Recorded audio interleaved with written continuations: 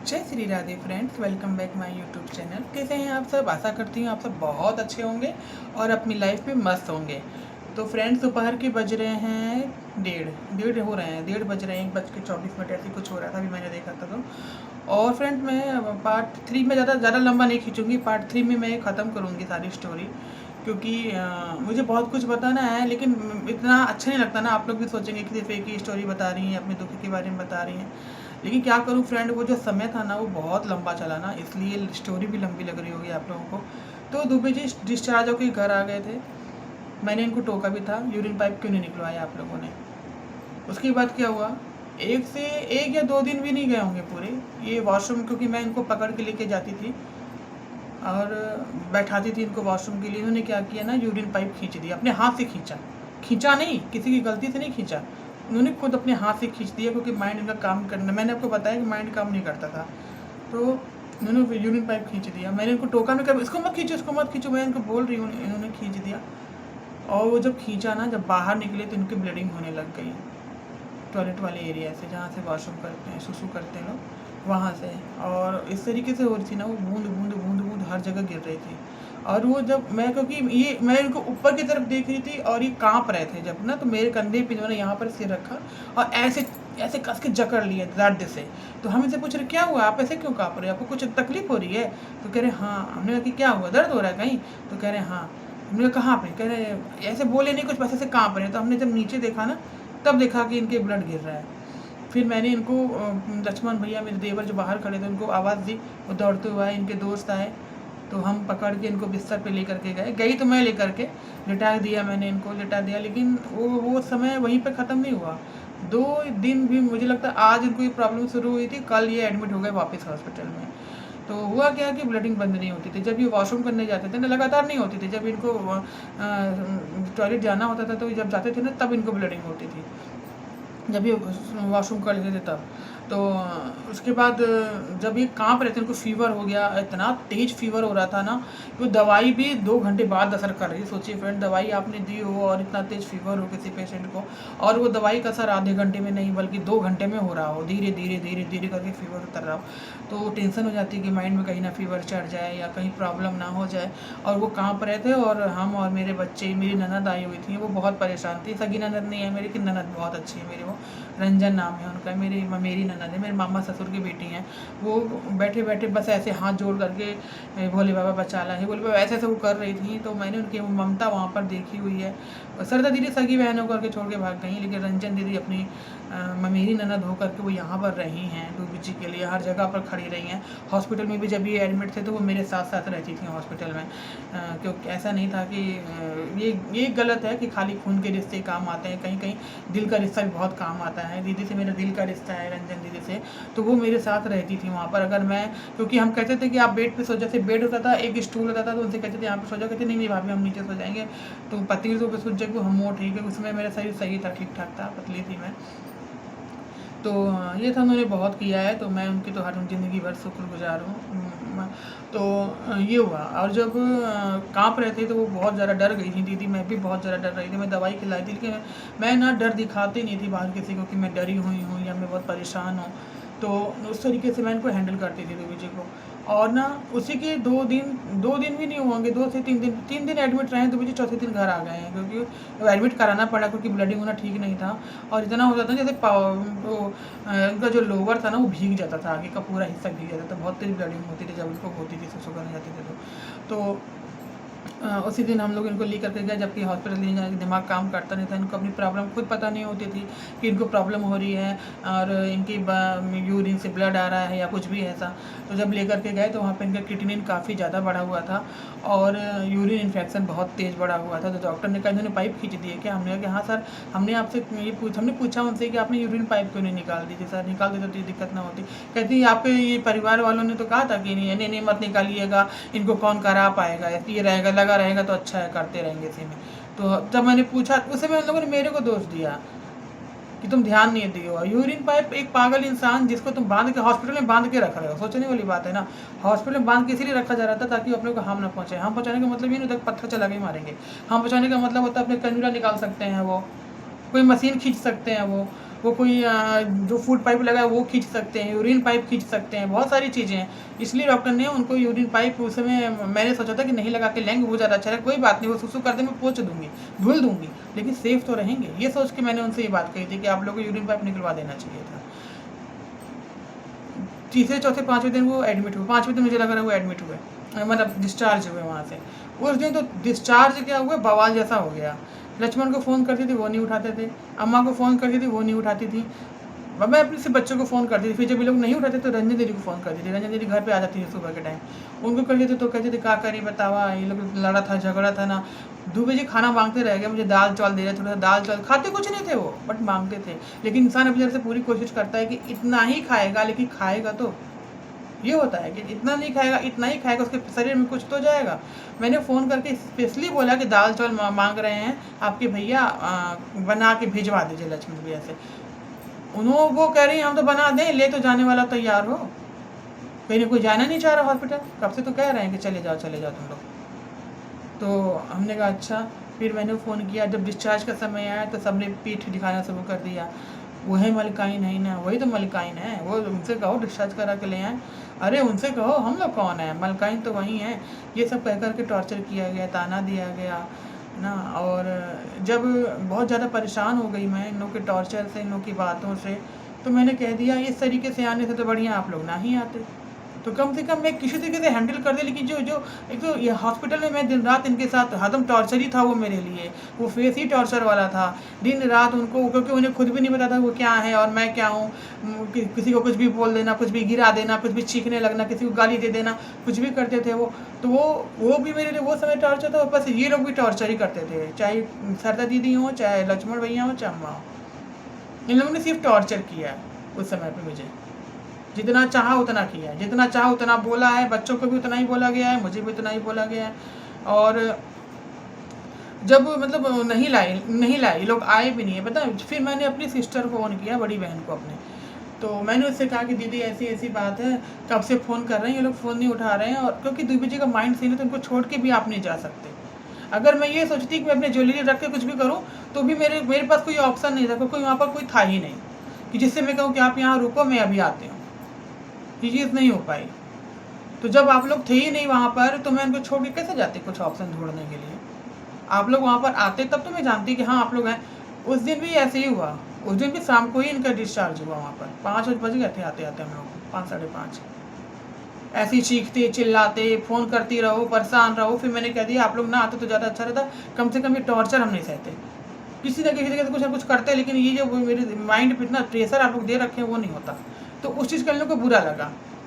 आप खुद सोचिए ना फ्रेंड, आप किसी ऐसे मजेदार में फंसे हो जहाँ पे आपको माइंड शांत रखे, किसी एक को ध्यान देना है, उसको पूरी तरीके से सही करना है, और आपके ऊपर 100 लोग इधर से बोल रहे हैं, इधर से भी बोल रहे हैं, पीछे से भी बोल रहे हो, आगे से भी बोल रहे हो, और आप एक पेशेंट को देख रहे हो, आपको सिर्फ ये लग रहा है कि उसको सही करना है, और इधर से लोग आपको टॉर्चर कर रहे हो, 100 बातें सुनाई जा रही हो, ताने दिए जा रहे हो, आपको आप बुला रही हैं, वो लोग नहीं आ रहे हैं डिस्चार्ज कराने के लिए, आप खाने के लिए कह रही हैं कि मांग रहे हैं, अपने लिए नहीं मांगी थी, उनके लिए एक ही दिन मांगा था, वो भी नहीं आया था। अब वो बंदा आज कहता है कि आए तो लोग घर, हम तो चाहते हैं वो लोग घर आए, हम उनका संभाल लेंगे। तुम क्या संभालोगे हमें? उस समय क्यों नहीं संभाला? इस समय ज़रूरत थी। उसमें तो भाग गए हो छोड़ छाड़ के, सब दिखा दिए हो कि तुम, क्या बोले, बुरा लगेगा ना। मर्द कहाँ हो तुम लोग? जो मर्द होते हैं ना डट के खड़े होते हैं, ऐसे निपुक्की जैसे भागते नहीं है पीछे से, और ना सबको अलग अलग कर देते हैं कि समय पे छोड़ दो सब लोग दूसरे को।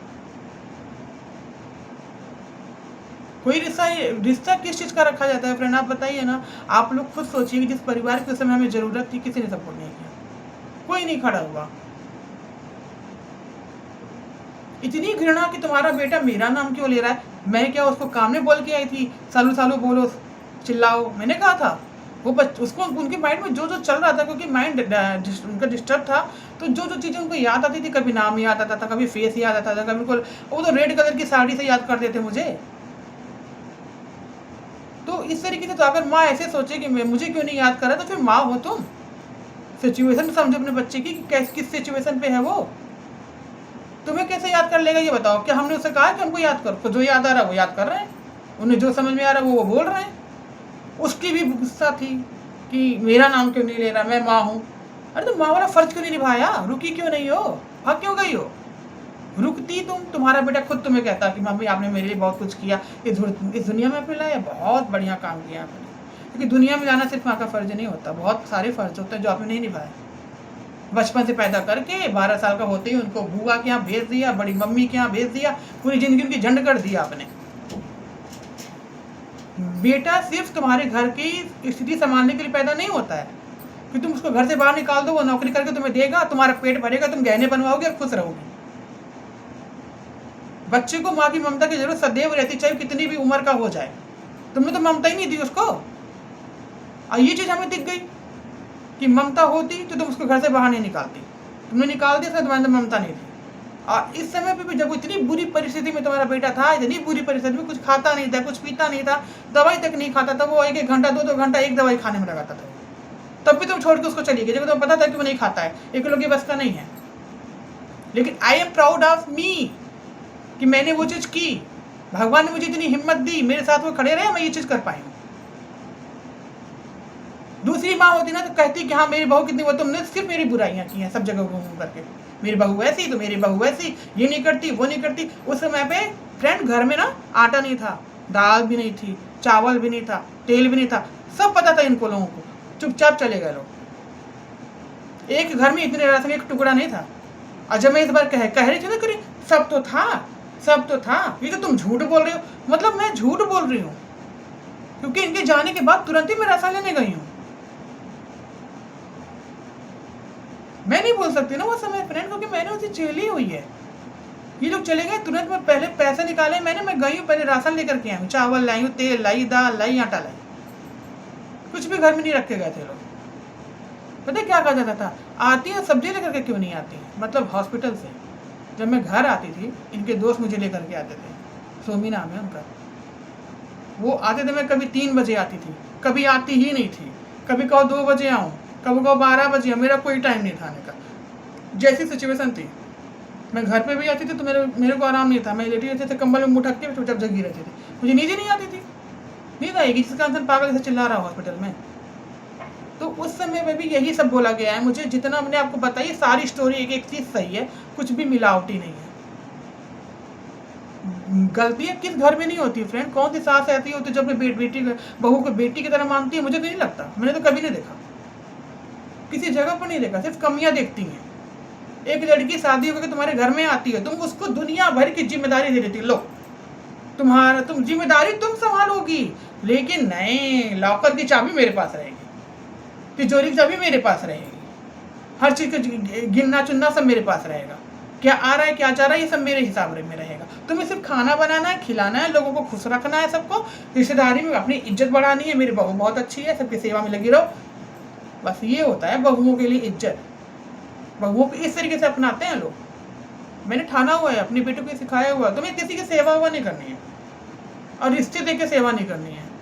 अगर कोई भी बुरी सिचुएशन में है तुम सेवा कर दो, चाहे वो किसी भी कास्ट का हो, इंसानियत दिखानी है हमें, ना सास देखनी है, ना ससुर देखना है, ना देवर, ना जेठ, ना भौजाई, कुछ नहीं देखना। अब यही शिक्षा मेरी बेटी को दे रही हूँ। सेवा करने के लिए फ्रेंड किसी रिश्ते की ज़रूरत नहीं है, नीड के हिसाब से सेवा दो। अगर किसी को प्रॉब्लम है, पैसे की हो, बॉडी से हो, नहीं चल फिर पा रहा, उसको उठा के उसको सही करो, उसको दवाई करा दो, कोई अगर भूखा है उसको खाना खिला दो, ये होती है सेवा। क्या फ़ायदा है सेवा करने का, ज़िंदगी भर बहुएं सेवा करती रहती हैं और ये लोग पीछे से गोलियां मारती रहती हैं। और सास जैसे शब्द से हमें इतनी नफरत हो गई है, ये दोनों शब्द से ना, सास ननद, इतनी नफरत होगी, कोई बोलता है मेरे को समझाता तो लगता है ये गलत, ये बहुत ही गंदी चीज़ है, छी वाली चीज़ लगती है मुझे, क्योंकि ऐसा हुआ ही है मेरे साथ कि मुझे वो प्रेम जैसा कुछ पॉजिटिविटी लोगों में दिखती नहीं उस रिश्ते में। चले गए लोग छोड़ करके। उसके बाद फ़ोन किया ऑपरेशन के लिए कि ऑपरेशन होगा हाथ का, क्योंकि मैंने आपको फर्स्ट में बताया था कि इनके हाथ में फ्रैक्चर हुआ था, उसका ऑपरेशन नहीं हो पाया क्योंकि इनका माइंड काम नहीं करता था। तो डॉक्टर ने कहा था कि जब तक इसका माइंड काम नहीं करेगा हम ऑपरेशन का रिस्क नहीं ले सकते। उसके पीछे भी रीज़न ये था कि ऑपरेशन अगर लेके जाते, क्योंकि इनको ना कोई भी इंजेक्शन नींद का दिया जाता कि सो जाएँ, ये सोते नहीं थे, चाहे कितना भी हाई mg का इंजेक्शन दिया जाता इनको, लेकिन ये सोते ही नहीं थे, इनको नींद आती ही नहीं थी। तो इसी वजह से डॉक्टर्स परेशान थे वो ये कह रहे थे कि इनको अगर हम ले भी जाएं ओटी में, चलो सोचें कि चलो ऑपरेशन करके हम लोग संभाल लेंगे, सब लोग आप लोग संभाल लेंगे यहाँ पे, लेकिन ये ऐसा है कि ये इतना हाइपर है, ये कभी भी कुछ तोड़ रहा है, ताड़ रहा है, चिल्ला रहा है, चीख रहा है, ये खराब कर लेगा हाथ अपना, इसलिए इन्होंने नहीं किया। अप्रैल में इनका एक्सीडेंट हुआ था फरवरी में, अप्रैल में मैंने इनका ऑपरेशन कराया। उस समय पर मेरे साथ परिवार में कोई नहीं था, न मायके से न ससुराल से, दोनों जगह से कोई नहीं था।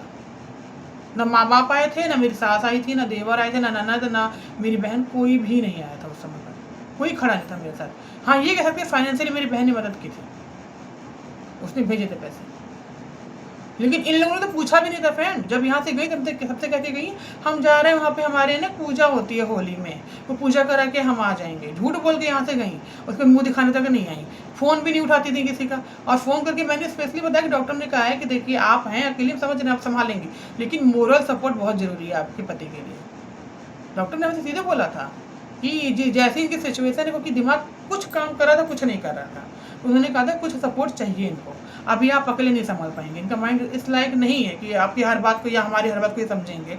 परिवार होता है, थोड़ा लोग समझाते हैं, एक दूसरे लोग, दो चार लोग उनके पास रहते हैं तो इंसान थोड़ा सा वो रखता है। आईसीयू से मैं इनको लेकर के भागी। आप सोचिए ऑपरेशन के 2 घंटे बाद फ़ोन आया मुझे आईसीयू से, जल्दी आइए आपके हस्बैंड मान नहीं रहे। अगर दिमाग काम करता कोई आदमी से चिल्लाता। मैं गई नीचे आईसीयू में, वहाँ रुक गई। हाँ बोलिए, क्योंकि वहाँ पे कोई अलाउड नहीं होता रुकने के लिए। वो कह रहे हैं आप यहीं रुक जाइए इनके साथ, अगर ये नहीं मान रहे हैं तो। लेकिन दूबी जी मानने को राजी नहीं, वो वहाँ से कह रहे नहीं तो चाहती है मैं मर जाऊँ, मैं मर जाऊँगा यहाँ पर अगर तूने मुझे रखा तो। ऐसे बातें करते बच्चा, अगर मैं मर जाऊँगा अगर तूने मुझे यहाँ रखा तो, मैं बचूंगा नहीं, जान जा तो मुझे यहाँ से निकाल। फिर मैंने कहा सर आप एक काम करिए, इनको ना जहाँ पे ये रूम हमने दे रखा आप वहीं पे भेज दो। कह रहे हैं चलिए ठीक है, फिर आप कह रही हैं तो सारे जो ठीक है हम वहीं भेज दे रहे हैं। तो फिर इनको लेकर के हम लोग गए। सोचने वाली बात है, उस समय पे कोई नहीं था। 5 दिन वहाँ पे भी मैं एडमिट रही हूँ लेकर के, 5 से 6 दिन। आए कब हम लोग, जिस दिन डिस्चार्ज कराना था। 15 हज़ार रुपये देने के लिए 100 ताने दिए, 15,000 के लिए मुझे 50,000 ताने दिए गए हैं। ये नहीं किया, वो नहीं किया, इतने पैसे हम ही लोग करेंगे तभी होता है, हम ही लोग करें, चलो चलो चलो किया जाए भाई, अपने और अपने भाई को करिए, लक्ष्मण को, कि हम लोग करते हैं, हम ही लोग ना करेंगे और कौन करता है, चलो करते हैं, हम लोग के बिना काम नहीं चलेगा। अरे तुम ही लोग आए थे तो ऑपरेशन हुआ था क्या, तुम थी वहाँ पर। 30,000 हमने, 35,000 का हमारा अप्रूवल आया था, अप्रूवल आयुष्मान का, उससे ऑपरेशन करवाया था हमने। उन्होंने कहा चलिए ठीक है आपका 35,000 का अप्रूवल आया, आप 35,000 तो नकद दे लोगे। हमने कहा ठीक है, आप नहीं भी आते तो हम लोग कुछ ना कुछ रख के कर देते, लेकिन हमने कह दिया जिंदगी भर आँख नहीं दिखाएंगे ना, ये हमारा मुंह देखेंगे ना हम इनका मुंह देखेंगे, इससे एकदम खत्म कर देंगे, सब अलग फलग कर देंगे। तब लोग आए हैं कि अब हमें करना चाहिए।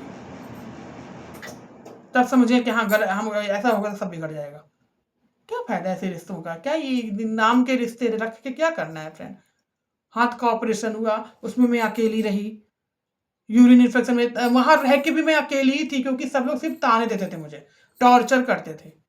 अपना तो तब होता है ना जब दुख समझता है कोई, जब उस दुख के समय में तुम ताने दे रहे हो तो काहे के अपने, हमें टॉर्चर करने में तुम लोग वहां पे आए थे। लेकिन तुम लोग अभी जान नहीं रहे हो, तुम माँ बाप की बेटी तुम बाद में है ना, पहले तो हमने भोलेनाथ की बेटी है। बहुत बढ़िया सा जवाब वो दे रहे हैं और देंगे, अभी और देंगे। ये मत सोचो कि तुम सुखी हो, सुखी नहीं हो तुम। किसी का दिल दुखा के, किसी को परेशानी में छोड़ के तुम सुखी हो जाओगी, कभी नहीं हो सकती। चाहे वो कोई भी, जो भी देख रहा हो मेरा ब्लॉग, जो लोग मेरे साथ ऐसा किए उनकी बात कर रही हूँ मैं। मेरे सारे फॉलोवर्स बहुत अच्छे, मुझे बहुत प्यार करते हैं, मुझे पता है। लेकिन जिन लोगों ने मेरे साथ ऐसा किया है वो कभी सुखी नहीं रहेंगे। मेरे दिल से बददुआ निकल रही है उनके लिए, कभी नहीं रहेंगे। ना घुटने के बल आए ना मेरे पास कि हाँ मेरे सामने से गलती हुई है। मेरा नाम विशालिनी नहीं है, ये विश्वास की बात है, कोई तंत्र मंत्र की बात नहीं है, विश्वास की बात है। इतना विश्वास है मुझे मेरे ईश्वर के कि वो अपनी बेटी की तकलीफ देखे है ना तो वो निपटाएंगे भी बढ़िया से सब। कर रहे हैं, लेकिन क्या करेंगे। आप जानते हैं ना कि जब कैकेयी ने वनवास भेजा था राम जी को, तो उनको ये भी पता थोड़ी था कि ऐसा कुछ हो जाएगा। उन्होंने तो सब भेज दिया, उनको लगा बस सब कुछ उन्हीं का है, सब कुछ उन्हीं का है, अब जाए सब लोग भाड़ में। राम चाहे जहाँ मन तहाँ रहें, चाहे सीता जी जहाँ मन तहाँ रहें, तो क्या उन्होंने फलित हो गई, वो फलित हो गई, सुहाग चला गया उनका। क्या लेंगी राजपाट, जिसको राजपाट के लिए राम जी को वनवास भेजा वही बेटा उनको छोड़ के चला गया। तो ऐसे ही होता है इस सृष्टि में, चाहे भगवान हो या इंसान, कर्म का फल तो मिलता है ना, कैके ने कर्म किया उनको मिला, तो आपको भी मिलेगा ना। सुन रही होंगी, कहीं ना कहीं तो भगवान चाहते आप मेरा ब्लॉग देखें कि क्या क्या आप की हैं।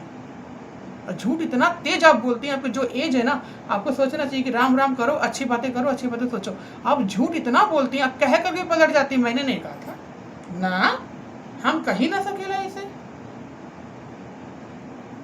तो फ्रेंड्स ये लास्ट मैंने बताया, क्योंकि मैं ना अगर मैं बताने बैठ जाऊँ ना तो आप लोग परेशान हो जाएंगे सुन सुन करके, इतना ज़्यादा मैं उसमें परेशान हो गई थी ना मुझसे। अभी तो बहुत कम बताई है मैंने। तो फ्रेंड ये लास्ट था। अब इसके बाद पार्ट 3 के बाद अब कोई पार्ट मैं नहीं डालूंगी। अब जो भी होंगे नॉर्मल वीडियोस होंगी, क्योंकि अब सावन आ रहा है और सावन से रिलेटेड वीडियो मैं जरूर डालूंगी। आप लोगों को जरूर बताऊंगी कि क्या करना चाहिए सावन के समय पे, और ये भी दिखाऊंगी कि मैं आप लोगों से ऑप्शन मांगूंगी कौन सी साड़ी पहनूं। तो ये मिलेगा आपको अगले ब्लॉग में। बाय बाय, जय श्री राधे, टेक केयर।